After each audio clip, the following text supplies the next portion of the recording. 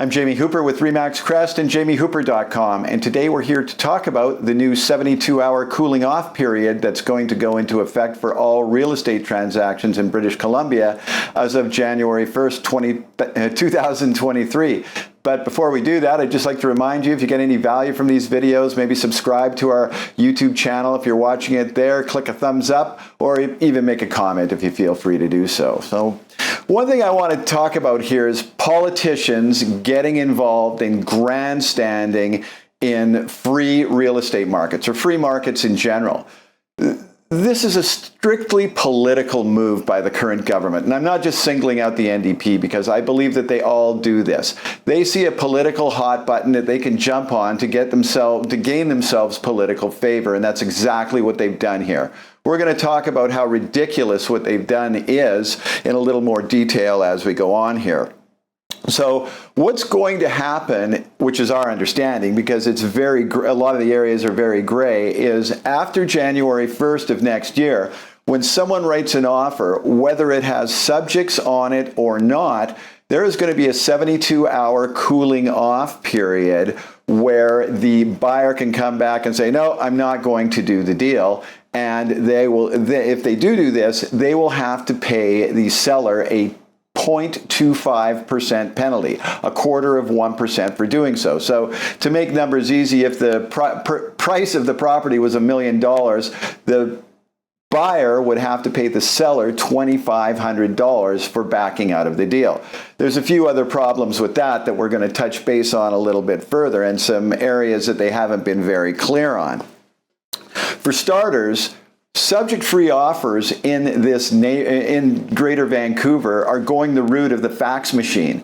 With the market slowing down, interest rates have naturally taken care of it, and I haven't seen a subject-free offer in one of my properties, one of my listings, for the last 2 or 3 months. This is a couple of years too late. They should have done this a couple of years ago when it came into effect. Why has this slowed down? Interest rates have taken care of things naturally. To give you an example, I recently sold a property for $800,000. Now, on this property that I sold for $800,000, let's say the buyer had 20% down. So at the 20% down, that means they would be left with a mortgage of roughly $650,000, which would work out to about $3,700 per month, just for the mortgage. And that didn't count taxes and maintenance for this property. If you go back 6 months, that same property, the mortgage would have been about $2,400 plus the taxes and maintenance. It's increased by $1,300 almost. The cost of mortgaging this property was 47% higher than it was last January. That's what slowed the market down. We don't need any ridiculous legislation coming in way too late to help cool off the market. These guys see this as a political hot button, so they want to gain favor with the voting public in British Columbia, and they're going to save all of the public from the big, bad, evil real estate market. BCREA, here's what they said when they were asked to comment. Here's what they said when they were asked to comment yesterday.